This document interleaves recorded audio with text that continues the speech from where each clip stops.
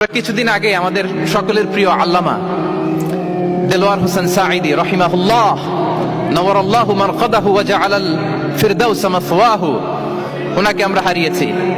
আমি যখন ওনার শোক বার্তা নিয়ে ফেসবুকে স্ট্যাটাস লিখি, কমেন্টে আমি এই আয়াতটা লিখেছিলাম। আমি খুঁজে পাচ্ছি না যে আমি কি দিয়ে এটার উপমা দিব, কি দিয়ে ওনার বিদায়ের উপমা আমি জানাবো। আমি খুঁজে পাচ্ছিলাম না কোনো আয়াত, তখন এই আয়াতটা লিখে আমি উপমা দিয়েছি। আল্লাহু আকবার। গোটা বিশ্বের মানুষ কেঁদেছে, গোটা বিশ্বের মানুষ গায়েবানা জানাজা পড়েছে, গোটা বিশ্বের মানুষ ওনাকে অশ্রুসিক্ত বিদায় দিয়েছে। From north to the south, from east to the west, the entire globe, মিন মাশারিকিল আরদি ইলা মাগারিবিহা, অশ্রুসিক্ত বিদায় তিনি পেয়েছেন। এটাই আল্লাহ তাআলার সন্তুষ্টির একটা জলজ্যান্ত নমুনা। জোরে বলেন ঠিক কিনা? এর চেয়ে জলজ্যান্ত নমুনা আমার জীবদ্দশা আমি দেখিনি। এত মানুষের কান্না, কাবার গিলাপ ধরে কান্না,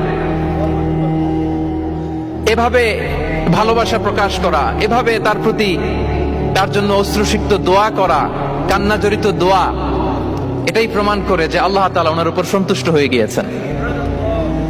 ওনার আর কি চাই? আমাদের আল্লাহর আর কি চাই? আর কিছুর দরকার নাই, ঠিক কিনা?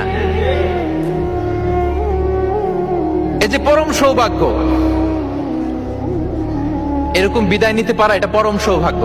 আমরা আল্লাহর জন্য দোয়া করি, আল্লাহ তাআলা সারা জীবন তিনি যেমনি কোরআনের বার্তাকে গোটা বিশ্বব্যাপী পৌঁছে দিয়েছেন, তার কবরটাকে আল্লাহ তাআলা কোরআনের নূর দিয়ে আলোকিত করে দেখ। কোরআনকে আল্লাহ তাআলা তার কবরের সাথী বানাক।